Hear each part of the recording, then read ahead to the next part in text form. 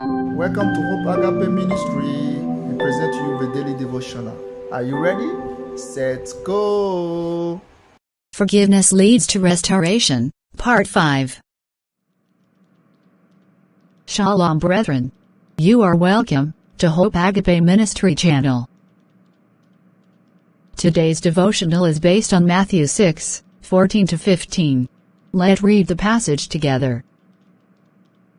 For if you forgive men their trespasses, your heavenly Father will also forgive you. But if you do not forgive men their trespasses, neither will your Father forgive your trespasses.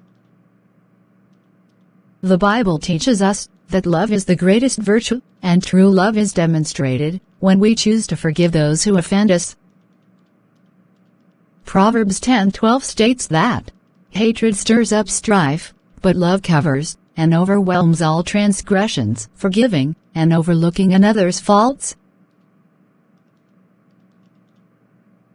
Let us demonstrate true love by forgiving other and overlooking their faults. We are the end of today's devotional.